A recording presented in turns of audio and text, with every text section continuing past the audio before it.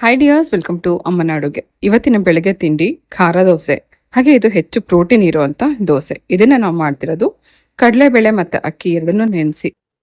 ಕಡಲೆಬೇಳೆ ಮತ್ತೆ ಅಕ್ಕಿ ಎರಡು ಕೂಡ ಸಮ ಪ್ರಮಾಣದಲ್ಲಿ ನೆನೆಸಿಟ್ಕೊಂಡಿದ್ದೀನಿ. ಇದನ್ನ ನೀವು ರಾತ್ರಿನೇ ನೆನೆಸಿ ಬೆಳಗ್ಗೆ ರುಬ್ಬಿ ದೋಸೆ ಮಾಡ್ಕೋಬಹುದು, ಅಥವಾ ಒಂದು 3 ಗಂಟೆ ಮುಂಚೆ ನೆನೆಸ್ಬಿಟ್ಟು ನಂತರ ಆಗಷ್ಟೇ ರುಬ್ಬಿ ದೋಸೆ ಮಾಡ್ಕೋಬಹುದು. ಇದನ್ನ ರುಬ್ಬುವಂತ ಟೈಮಲ್ಲೇ 3 ಎಸ್ಲಷ್ಟು ಬೆಳ್ಳುಳ್ಳಿ, ಒಂಚೂರು ಶುಂಠಿ, ಅರಿಶಿನ, ಉಪ್ಪು, ಖಾರದ ಪುಡಿ, ಜೀರಿಗೆ, ಕರಿಬೇವು ಇದಿಷ್ಟನ್ನ ಹಾಕಿ ನುಣ್ಣಗೆ ರುಬ್ಕೊಳ್ಳೋಣ.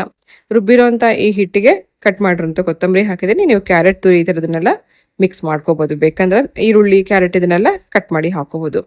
ತುಂಬ ರುಚಿಯಾಗಿರುತ್ತೆ. ಇದರಲ್ಲಿ ಆಗಷ್ಟೇ ಮಾಡ್ತಿರೋದ್ರಿಂದ, ಇನ್ಸ್ಟೆಂಟಾಗಿ ಮಾಡ್ತಿರೋದ್ರಿಂದ ಫರ್ಮೆಂಟೇಷನ್ ಮಾಡುವಂಥ ಅವಶ್ಯಕತೆ ಇಲ್ಲ. ಅವಾಗಲೇ ರುಬ್ಬಿ ನೀವು ದೋಸೆ ಹಾಕೋಬೋದು.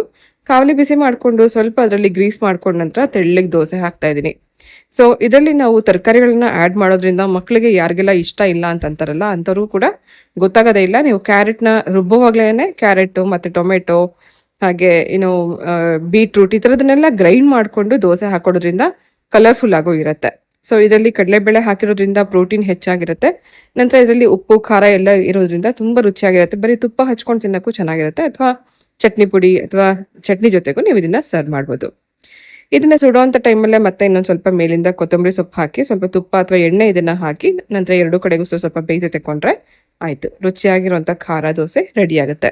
ಖಾರ ನಮ್ಗೆ ಎಷ್ಟು ಬೇಕು ಅಂತ ನೋಡಿಕೊಂಡು ನೀವು ಇದರಲ್ಲಿ ಚಿಲ್ಲಿ ಪೌಡ್ರ್ ಹಾಕೋಬೋದು. ಚಿಲ್ಲಿ ಪೌಡ್ರ್ ಬದಲಾಗಿ ಹಸಿರು ಮೆಣಸಿನ್ಕಾಯಿನ ಕೂಡ ಹಾಕಿ ಗ್ರೈಂಡ್ ಮಾಡ್ಕೋಬೋದು. ಸಿಂಪಲ್ ಆಗಿ ನೀವು ಒಂದೇ ಥರ ಪ್ಲೈನ್ ದೋಸೆ ತಿಂದು ಬೋರ್ ಆಗಿದ್ರೆ ಈ ಥರ ಡಿಫ್ರೆಂಟ್ ಆಗಿರುವಂಥ ದೋಸೆ ರೆಸಿಪಿ ಟ್ರೈ ಮಾಡಿ.